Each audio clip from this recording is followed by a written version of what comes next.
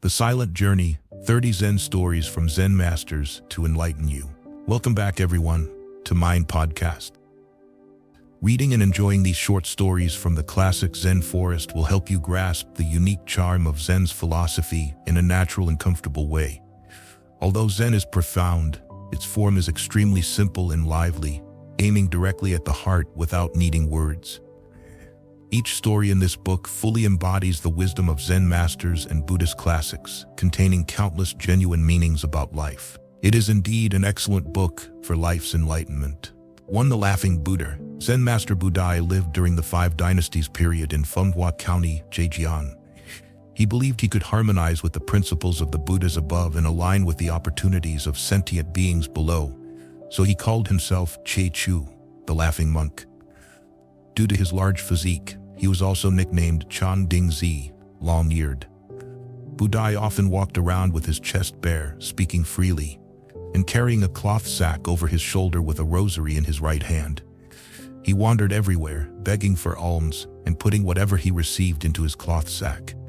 Therefore, people called him the Laughing Buddha. One time, when the Tiantom temple in Zhejiang was holding a ceremony, the monks took their seats one by one. Laughing Buddha appeared from nowhere, sat in the abbot's seat in the dining hall without any hesitation, and started joking. The dining hall master saw this and without hesitation tried to pull him down. However, Laughing Buddha remained firmly seated. Even when the disciplinary master came to pull him down, he sat still like Mount Tai. When the abbot was about to arrive, the dining hall master hurriedly went to the middle of the hall, pinched Laughing Buddha's ear and stretched it out over 10 feet, but he still didn't move. Everyone was astonished. The abbot saw this and said to the dining hall master, "Let him sit there, I'll sit in the back." From then on, whenever Laughing Buddha came to the dining hall, he would sit in the center without hesitation. This incident inspired a poem at the Tiantom temple in Zhejiang. Maitreya's true nature in the poor settles in the central seat. The disciplinary master's tud makes the ear long. The abbot shows vast kindness by yielding, creating a place for the great seat. In 916 AD, Laughing Buddha passed away on a stone by the Daqing rock in front of the Leilin temple, leaving behind his final verse, Maitreya, true Maitreya, 1,000 billion incarnations. At times people do not recognize him. Because of this famous verse, people revered him as Maitreya Bodhisattva. Laughing Buddha's big heart and large belly, always smiling, made people honor him as Maitreya Buddha. Zen Wisdom. Laughing Buddha's teachings remind us to meet everyone with a smile, forget all grievances, and embrace the universe with a big heart. A big heart can tolerate all troubles and obstacles, and a revered smile forms boundless joy. We should learn that if we respond to everything with a smile, there will be nothing we cannot tolerate.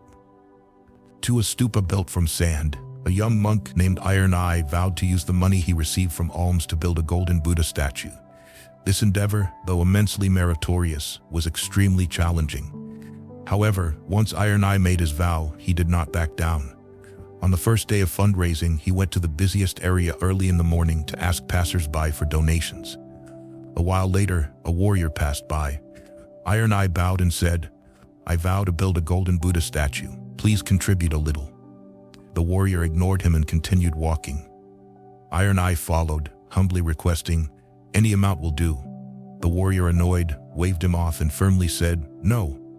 Iron Eye followed for more than 10 miles. Finally, the warrior, out of patience, threw a coin to him. Iron Eye picked up the coin, thanked the warrior, and bowed. The warrior, curious, asked, "Why are you so happy about one coin?" Iron Eye replied, "Today is my first day asking for alms to build the Buddha statue. Without this coin, my determination might have wavered.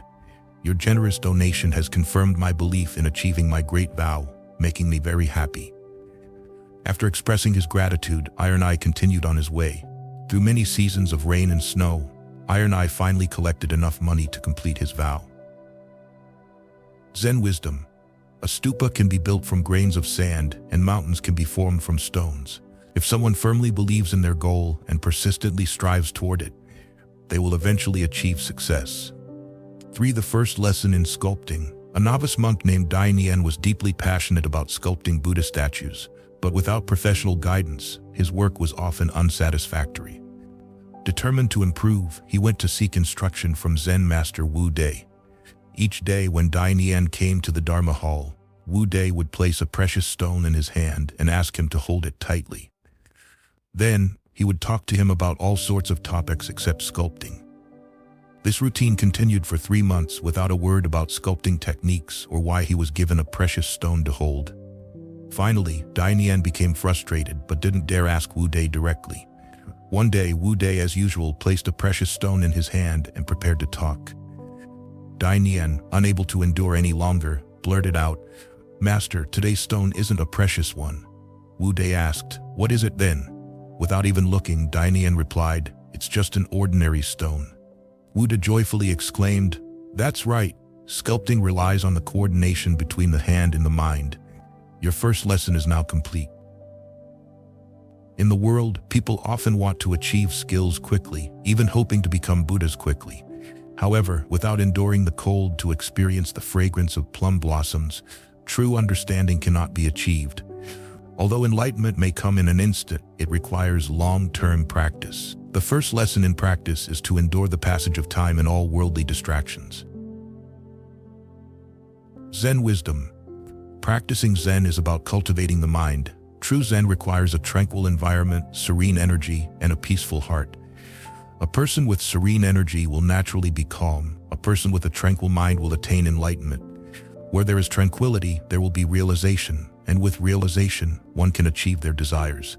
Sul Inatsi, a novice monk, said to Zen Master Wu Dai, "Master, I feel I have learned enough here. I wish to take my leave and travel." "What do you mean by enough?" the master asked. "Enough means full, no more can be added," replied the monk. "Before you go, bring a large basin of stones," the master instructed. The monk returned with a basin filled with stones. The master asked, "Is this basin full?" "Yes, it is full," the monk answered. The master picked up a handful of sand and poured it into the basin. The sand settled between the stones without spilling over. "Is it full now?" he asked. "Yes, now it's full," the monk said. The master then took some lime and poured it into the basin. The lime also settled without spilling. "Is it full now?" he asked again. "Yes, now it's really full," the monk replied. The master then poured a cup of water into the basin, which was absorbed without overflowing. "Is it full now?" he asked once more. Humility brings benefits, arrogance causes loss. Thinking oneself to be full is actually the greatest lack. One must learn throughout their entire life. The vastness of life and the endless sea of knowledge are infinite. 5. The Moving Flag. Grandmaster Hui Neng first arrived at the Dharma Nature Temple. There he encountered 2 monks arguing under a flagpole with a Dharma banner fluttering. One monk exclaimed, "It's clear the flag is moving. Why argue?" The other monk retorted, "Without wind, how can the flag move? Clearly it's the wind that's moving." The two argued back and forth, attracting a crowd of onlookers who were equally divided in their opinions. Grandmaster Hui Neng shook his head, sighed, and approached them, saying, "It is neither the wind nor the flag that moves. It is your minds that are moving." Someone reported this to the abbot. Shocked, the abbot and his disciples immediately went to pay respects to Grandmaster Hui Neng, saying, "Amitabha Buddha, please stay and guide us to reduce our confusion." Thus, Grandmaster Hui Neng stayed to preach, and soon Zen teachings spread widely across the region. Zen wisdom. When the mind is calm, everything is naturally at ease. When the mind is disturbed, all phenomena appear different. Amid the ever-changing external environment, maintaining inner stability enhances one's ability to see clearly. Amidst the moving wind and fluttering flag, keeping a calm heart, as steady as Mount Tai, is essential. 6. Big and Small Usefulness. After a devotee had finished worshipping at the temple, he went to the guest hall to rest. As he sat down, he heard a young guest master instructing the elderly Zen master Wu Dai. "Old master, there's a devotee here. Please serve tea." Within 2 minutes, the young guest master said again, "Old master, the incense ash on the Buddha table is too much. Please clean it up. The flowers on the table need watering too. And don't forget to invite the devotee to stay for lunch." The devotee saw Zen Master Wu Dai being ordered around by the young guest master, running here and there, and couldn't bear it any longer. He asked the master, "Old Zen master, what is your relationship with the guest master?" The old Zen master, very proud, replied, "He is my disciple." The devotee, puzzled, asked, "If the young guest master is your disciple, why is he so disrespectful to you, ordering you around for everything?" The old Zen master, still joyful, answered, "Having such a diligent disciple is a blessing for me. When devotees come, he takes care of everything. I only need to pour tea without saying much. Normally, he takes care of everything like changing water and incense for the Buddha. I just need to dust. He only asks me to invite devotees for meals, not to cook or make tea. This arrangement is very comforting to me. Otherwise, I would be very exhausted." Still confused, the devotee asked, "Who is greater, the teacher or the disciple?" The old Zen master answered, "Of course, the elder is greater, but the younger one is useful. There's a saying, an elder monk is a treasure." Devotees usually offer support more to elder monks than to young ones, believing that elders are more valuable. It's hard to understand that while a young prince may seem small now, he may rule the country in the future. Likewise, a young novice may become a great Dharma king in the future. Zen wisdom. In our families and workplaces, if people were as broad-minded and accommodating as Zen Master Wu Dei, if leaders at all levels, parents and children-in-law, didn't demand absolute obedience, but instead served and cared for each other, mutual respect and cooperation would prevail. A big belly can hold. An ancient statue of Maitreya Buddha, neglected for years, had many damages. The temple invited artisans to repair it. When they opened the belly of the Maitreya to reinforce and refurbish it, the abbot and monks were astonished to find 20 ceramic statues of men, women, and children inside the big belly of the Maitreya.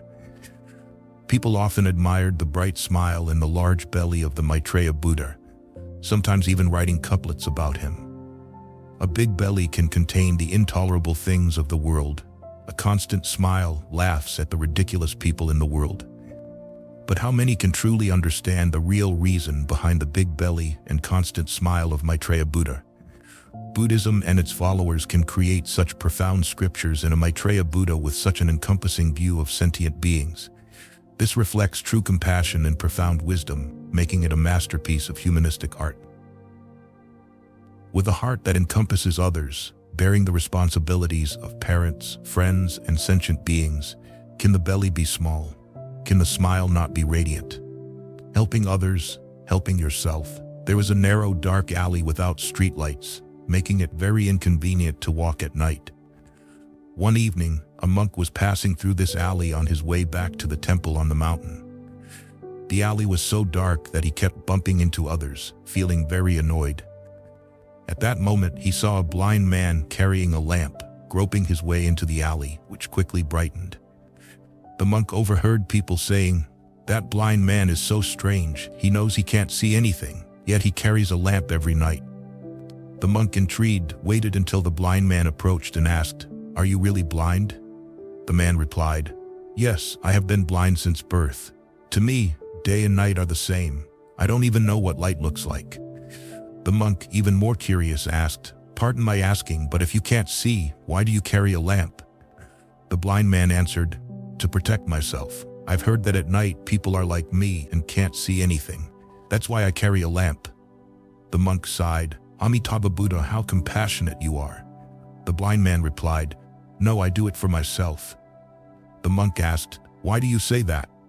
The blind man explained, "You just said you bumped into others in the alley, didn't you?" The monk replied, "Yes, I bumped into 2 people just now."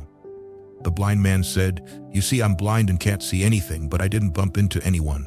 I used to bump into people all the time, just like you. After some thought, I started carrying a lamp.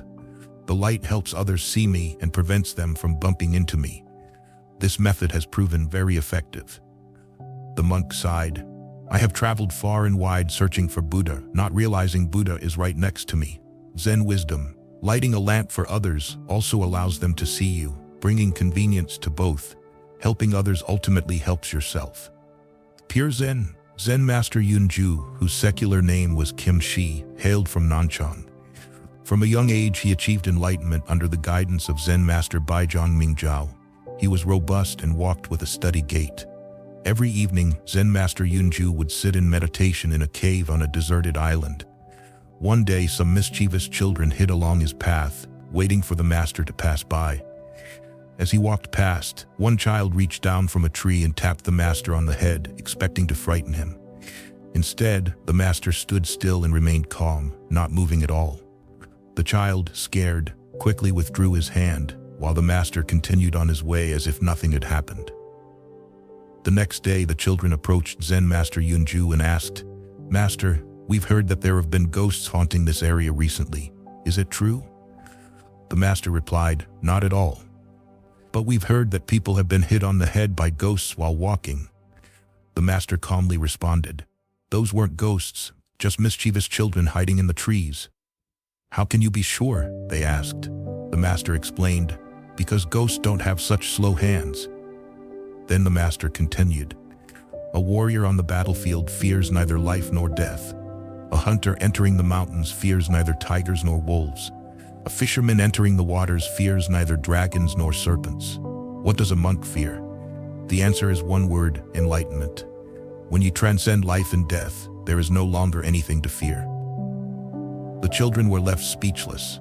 Even in the face of terrifying situations, Zen Master Yunju could discern the true nature of events with calm and clarity, recognizing the children's prank for what it was.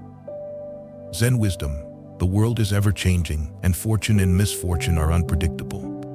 If we are mentally prepared and possess the capacity to accept changes, we can face life's challenges calmly and confidently. Don't be concerned. One day, a lay disciple visited Zen Master Zhaozhou. Feeling embarrassed because he hadn't brought any gifts, he said to the master, "Master, I didn't bring anything with me." Master Zhaozhou replied, "Then just leave it here." The disciple, confused, felt even more embarrassed and said, "Master, I didn't bring any gifts. How can you ask me to leave it here?" Master Zhaozhou smiled and said, "Then just take it away." In life, many of our worries and troubles arise from being overly concerned about things. Practicing Zen is similar. The more we care about others' opinions of us, the less natural we become, feeling uneasy and unsure of what to do. This mindset damages our psychological well-being and undermines our happiness. Zen wisdom: not being overly concerned is what Buddhism calls no mind. No mind means having no jealousy, no self-blame, and no excessive desires. This state of mind brings freedom and peace. 11. No mind is the way. A disciple once asked Zen Master Ji Ming of the Tang Dynasty, "What is no mind?" The master replied, "Seeing, hearing, feeling, and knowing without obstacles, hearing sounds and smelling scents always in samadhi, like a bird flying freely in the sky, neither grasping nor rejecting, without increasing or decreasing in love. If you understand the essence of no mind, you are truly free." Thus, it is said that dealing with people without doubt, even in the face of doubt, is true no mind. If one can learn to be unconcerned, they can walk tall, be free from worries, and naturally find peace and happiness. One should not overly worry about gains and losses, and should see things as they are. Don't be concerned about others' opinions. Just ask yourself if you have a clear conscience. Living with a straightforward heart, one can remain unaffected and find true freedom. 12. In the world, beyond the world. While on a pilgrimage, Zen Master Wu Xian felt thirsty and sought water. He saw a young man drawing water from a pond and asked for a cup. The young man, impressed, said, "Master, if one day I see through the mundane world, I will definitely become a monk like you. But after I become a monk, I won't wander around. Instead, I will find a secluded place to meditate and recite sutras without showing myself." Zen Master Wu Xian smiled and asked, "When will you see through the mundane world?" The young man replied, "In this area, I know the water source best. Everyone in the village depends on this source. If I find someone to take over this responsibility, then I can find my own path and leave the mundane world to become a monk." Zen Master Wu Xian said, "You understand the nature of the water source. If the entire water source is in the water, what will happen if it is completely separated from the surface?" The young man replied, "The nature of the water source is to contain water below, flowing upwards. If the entire water source is placed in water, it won't function and might even be swept away by the current. Similarly, if completely separated from the surface, it can't draw water." Zen Master Wu Xian said, "The relationship between the water source and the flow is like the relationship between people in the world. If one immerses entirely in the world, they will be swept away by the 5 desires of the mundane world. Conversely, if one completely separates from the world, their life will be rootless and stagnant. Therefore, a practitioner should balance engagement and detachment, neither withdrawing completely nor getting lost in the world. Merely seeing through the mundane is not enough. One must also have a heart to save sentient beings. The correct attitude in dealing with life is to balance both worldly engagement and transcendence. The young man enlightened said, "Master, your words have truly opened my eyes. You are indeed a good teacher to me." Zen wisdom. In our lives, it is best to let go when necessary and to hold on when needed, like a water source that balances between engagement and detachment. The thought of transcendence must coexist with the pursuit of worldly engagement. 13. Realize true freedom. One day, a disciple asked Zen Master Luohan Zongtai, "What is the true teaching?" The master replied, "The teaching is the mind." The disciple asked, "My mind is troubled and confused. How can I attain liberation?" The master replied, "Clouds driven by the wind, the vast emptiness is clear." The disciple asked again, "How can I make my mind clear and pure?" The master replied, "One clean sweep reveals the boundless light." One clean sweep reveals the boundless light means letting go of oneself and purifying oneself. In the busy life of the mundane world, one should take time to rest and live leisurely. Whether it's a morning walk, fetching clean water from a green hillside, or taking a retreat in a quiet mountain, these are ways to nurture one's spirit. Of course, you can also leave behind worldly concerns, calm your mind, and cultivate your spirit through meditation. Leisure is a blessing in wisdom. A leisurely person naturally finds freedom, living clearly and without confusion. The opposite of leisure is busyness and tension. Often we create tension and anxiety by being too concerned about gains and losses. Zen wisdom. Leisure is an attitude and a habit. True leisure is practiced diligently, turning it into a habit and creating a simple, structured life. 14. The Tumbling Zen Master. There was a man whose work was extremely stressful, and he often felt irritable, becoming overly conscious of everything around him. One day, he met a Zen master who told him, "The first thing you must learn in life is how to fall without getting hurt. Tumbling headfirst off a chair or while working should not matter. I have learned the art of falling without injury and will teach it to you." Before becoming a monk, the Zen master had been a clown in a theatrical troupe. So, the man first learned tumbling from the master.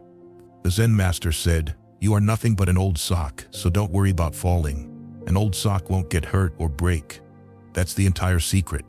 Now, let's pretend to be an old sock. Don't strike hard. Remember, everything around you is soft cotton, so keep your muscles relaxed." With this training, the Zen master picked him up and threw him, and indeed he was uninjured. This person trained diligently and, whenever faced with urgent matters, would remind himself not to be tense and to imagine himself as a soft old sock, both physically and mentally. Approach life with ease, not seeing oneself as the center of the universe and not overly concerned with gains and losses. Treat life with ease, viewing oneself as a soft old sock, naturally maintaining a calm and free spirit, brimming with vitality. 15. Transmitting the Dharma must transmit the heart. A novice monk went to visit Zen Master Tie Chu, wanting the master to explain the Linji Lu, the record of Linji, to him. Zen Master Tie Chu said, "Then you've come to the wrong person. If you want to learn about the Linji Lu, you should go to Zen Master Hong Xuan at Yuanjue Temple." The monk replied, "No, I've already heard Zen Master Hong Xuan.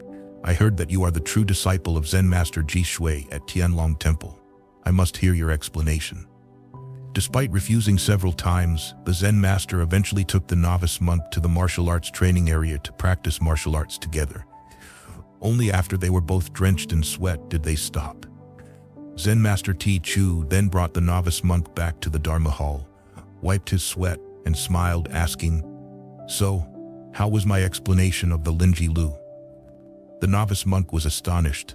How could the Zen master claim to have explained the Linji Lu after just a bout of martial arts? Unable to answer, the monk finally said, "Zen master, was your explanation of the Linji Lu merely a lesson in swordsmanship?" Zen Master Tie Chu then earnestly explained, "I am a swordsman, so I advocate the way of the sword. Although I also study Zen, I do not aspire to be a typical Zen practitioner. The Linji Lu is not about strategies on paper, nor something to be understood through words alone. The teachings of Zen Master Zhi Shui cannot be learned merely by listening to words. I am not a loudspeaker. The novice monk objected. By this logic, aren't the great masters of the past who transmitted the Dharma in heart merely loudspeakers? Zen Master Ti Chu replied, transmitting the Dharma in heart is one thing, but a loudspeaker is another. Zen wisdom. Not being a loudspeaker is the unique style of Zen practitioners. Speaking as one speaks is Zen parrot talk, different from transmitting the Dharma in heart. Therefore, all Zen teachings usually start with self-digestion. Once understood and assimilated, one can speak authentically.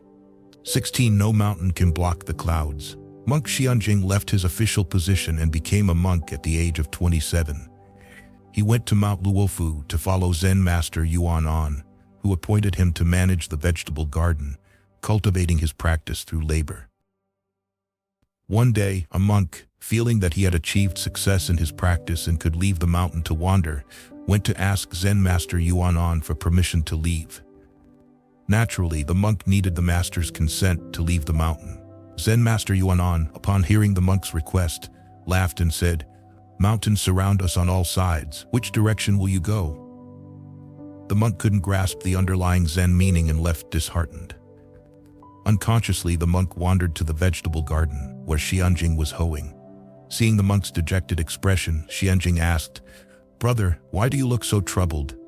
The monk explained his situation in detail. Xianjing pondered the meaning behind surrounded by mountains and thought it was a test of the monk's faith and determination. Understanding the master's intent, he laughed and said, "Dense bamboo cannot stop flowing water. No mountain can block the clouds." The monk returned to Zen Master Yuan An and said, "Dense bamboo cannot stop flowing water. No mountain can block the clouds." He expected the master to praise him and permit him to leave the mountain. However, Zen Master Yuan An, upon hearing this, looked stern and asked, "Is this your answer? Who helped you?" Realizing that the master had found out, the monk confessed that Xianjing had assisted him. Zen Master Yuan An remarked, "The monk managing the vegetable garden, Xianjing, is destined to achieve great things. You should learn more before thinking about leaving the mountain." Zen wisdom. There is no difficulty in the world that cannot be overcome. The key lies within oneself. With determination, every obstacle can be surmounted.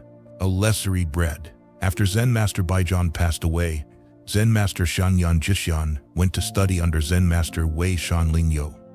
Upon seeing Shanyan Jishan, Wei Shan asked, "I've heard that you once studied under Master Bai An, learning one thing and understanding 10, learning 10 and understanding 100.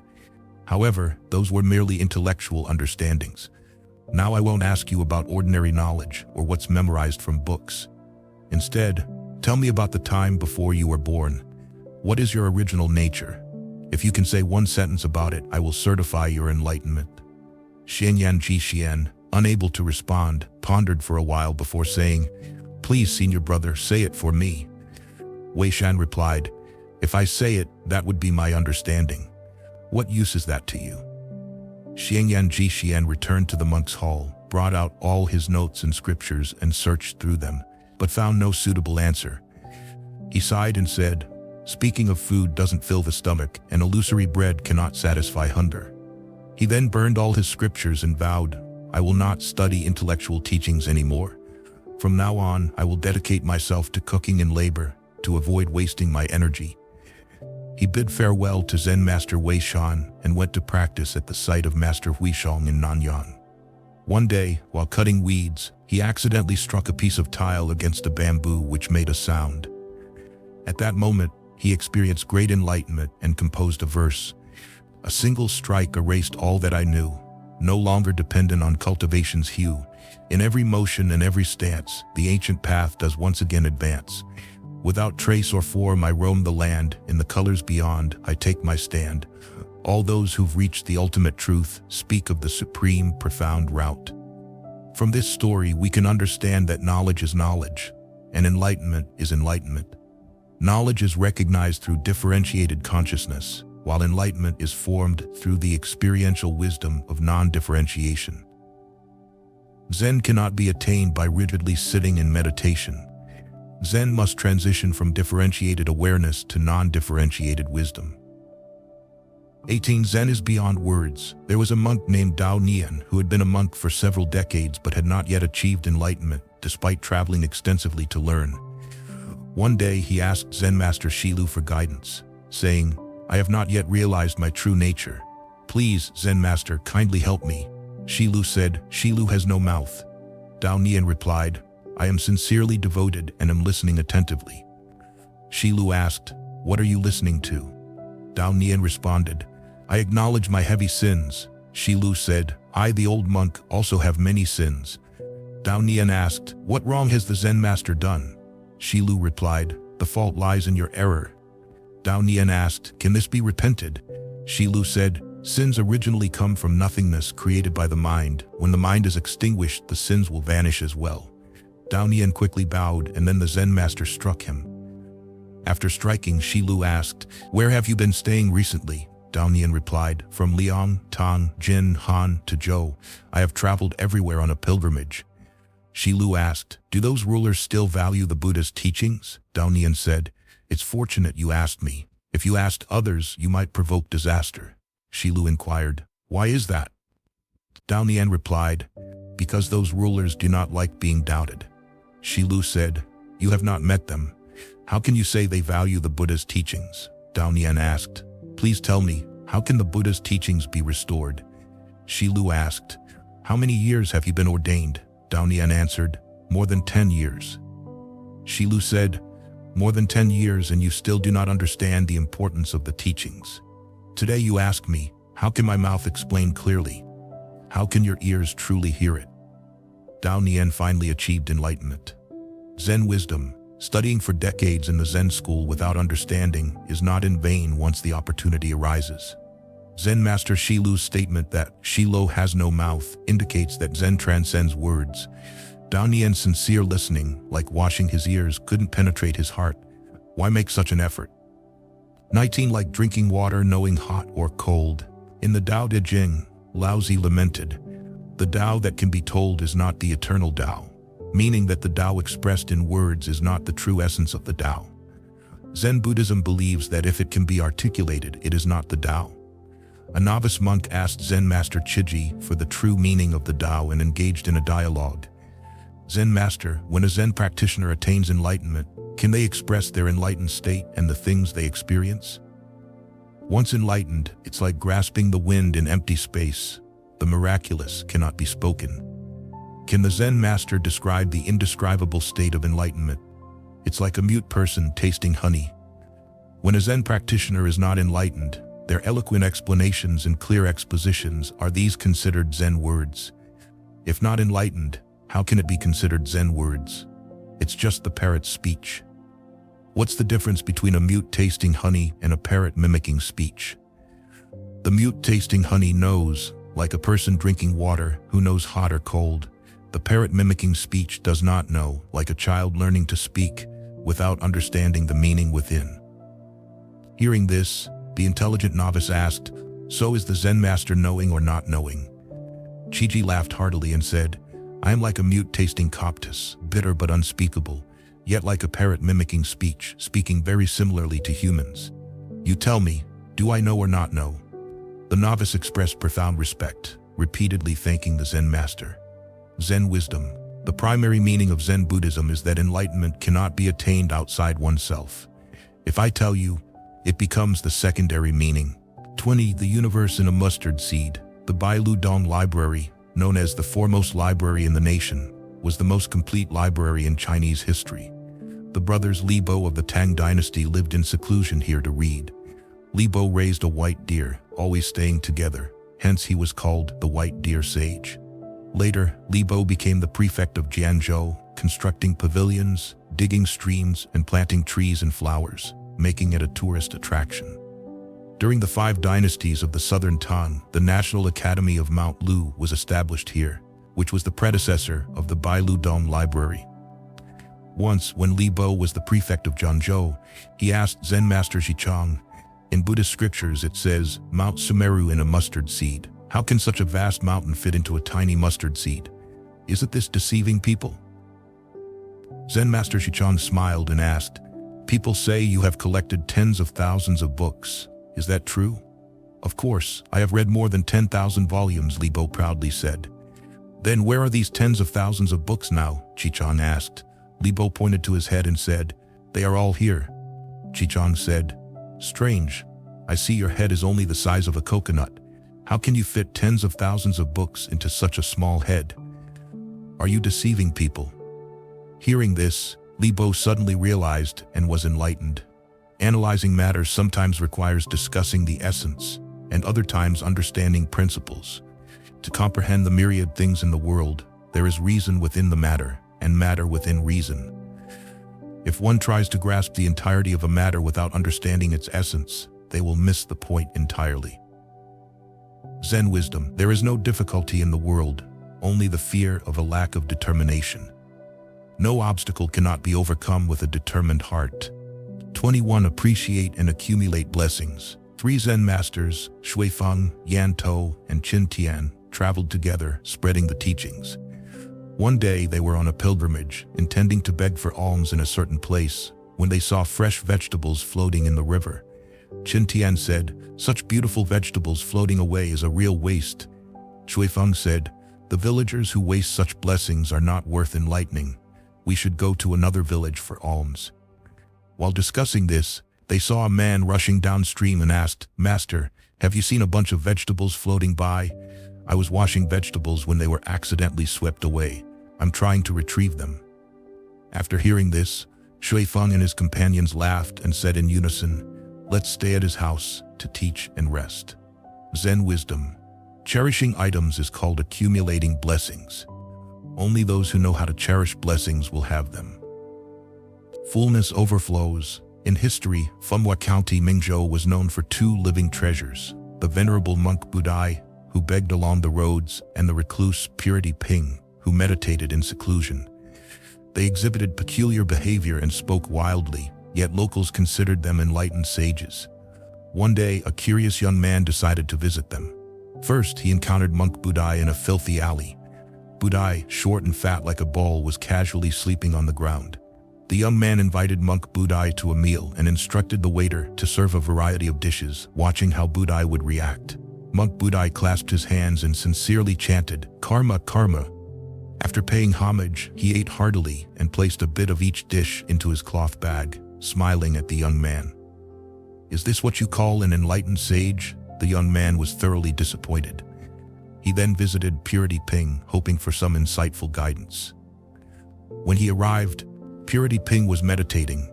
Upon seeing the young man, Ping said nothing but started pouring tea into a teapot until it overflowed.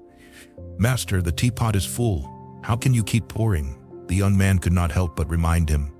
Is it? Ping continued pouring and asked, what about you?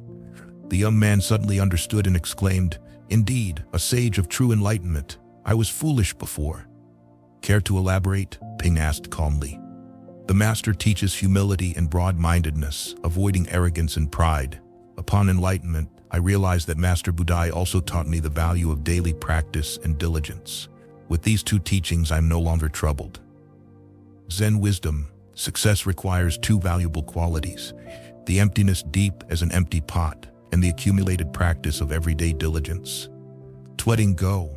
Once, Zen Master Tan Shan and his disciple Tom Tom were on a pilgrimage when they encountered a heavy rainstorm that turned a ditch into a small river. As they were preparing to cross the river, they saw a girl in a silk dress standing hesitantly at the edge, clearly not wanting to get her clothes wet. Let me help you, Tan Shan said, then extended his hands and carried the girl across the small river. Tom Tom, witnessing this, became gloomy and said nothing. When night fell and they were resting at an inn, Tom Tan could no longer hold back and said to Tan Shan, as monks, we are not supposed to be close to women, especially young and beautiful ones. It's very dangerous. Why did you break this precept? Oh, you mean the girl by the river? Tan Shan asked. I put her down long ago. Are you still carrying her? Letting go is the greatest wisdom in life. As the Heart Sutra says, with no obstacles in the mind, There is no fear, far from all deluded dreams. Nirvana is reached. Naturally, the whole body becomes light and free, liberated from obstacles and supremely joyful. 24 Bai An and the baby. Bai An was a renowned Zen master in Japan. His teacher was Zen Master Zheng, and their bond was profoundly deep. When Bai An decided to travel, Zheng bid him farewell with the words, "Gather friends like a shadow following the body." This was Zheng's heartfelt way of expressing his reluctance to part with Bai An. It was not merely worldly attachment, but a transformation of his spiritual aspirations, hoping Bai An would understand that their bond was rooted in wisdom and compassion from Buddha. Bai An lived up to Zheng's expectations. One day, he was falsely accused of making a local girl pregnant. Her parents, unable to bear the shame, angrily confronted Bai An. The girl, under pressure, claimed that Bai An was the father. Bai An calmly listened to the accusations and merely said, "Is that so?" When the baby was born, it was handed over to Father Bai An. His reputation was ruined and he was slandered everywhere, but he did not mind. He took good care of the child, begging neighbors for milk and other necessities. A year later, the girl's conscience could no longer bear it, and she confessed to her parents that the baby's father was actually a young man who worked at the fish market. Her parents took her to Bai An, apologized, and asked for forgiveness while taking the baby back. Bai An simply said, "Is that so?" Despite the great injustice and mistreatment he endured, Bai An only responded with a light, "Is that so? Life is like a journey. If you carry all the successes and failures, gains and losses, you will not be able to move forward. Therefore, you must let go of some old things, say goodbye to the past, and stride toward greater goals." 25 Letting go to attain enlightenment.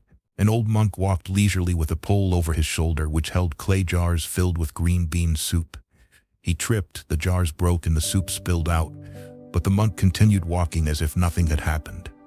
Someone rushed up and asked, "Don't you know the jars are broken?" "I know," the old monk replied calmly. "Then why don't you go back and see what can be done? It's already broken and spilled. What can be done by going back?" 26 Doing one thing well is tenfold. One day, a Zen master heard pleasant music and approached to find a young man playing an instrument. "Have you tightened the strings of your instrument?" the Zen master asked. The young man replied, "No." "Then, have you loosened them?" the Zen master asked again. The young man answered, "No." "How do you adjust them?" the Zen master asked, pretending not to understand. The young man explained, "Not too tight, not too loose. That's how you produce beautiful music." The Zen master joyfully said, "Life is like a game, just like this instrument. If beings treat everything lightly, they can achieve the effect of doing one thing well. Only when the strings are neither too tight nor too loose can the music of life be beautifully played." After hearing this, the young man thanked the Zen master for his guidance, immersed himself in the realization, and gradually discovered the true joys of life. Zen wisdom. In life, we must pursue our careers, material wealth and rights, but also pay attention to inner growth and elevation.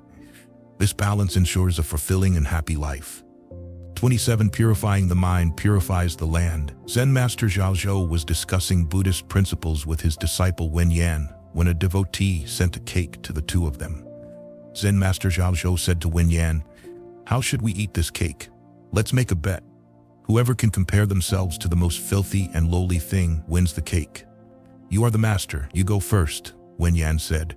Zhao said, "I am a donkey." Wen Yan replied, "I am the donkey's butt." Zhao continued, "I am the dung in the donkey's butt." Wen Yan didn't back down, saying, "I am the worm in the dung." Zhao, unable to continue the comparison, asked, "What does your worm do in the dung?" Wen Yan answered, "I stay in the dung to avoid the heat and enjoy the coolness." Zen wisdom. What we consider the filthiest place can be a haven of freedom and joy for a Zen master. Because they possess Zen, the world appears different to them. Therefore, every place is a pure land. In the hearts of Zen masters, purity and impurity are one and the same. Where the mind is pure, the land is pure. 28 Eating porridge and drinking tea. Zen Master Zhao deeply integrated Buddhism into daily life and often demonstrated Zen principles through everyday actions. Many novice monks came to ask him about Zen. One asked, "Master, I am new here. Please guide me." Zhao did not respond directly but asked, "Have you eaten your porridge?"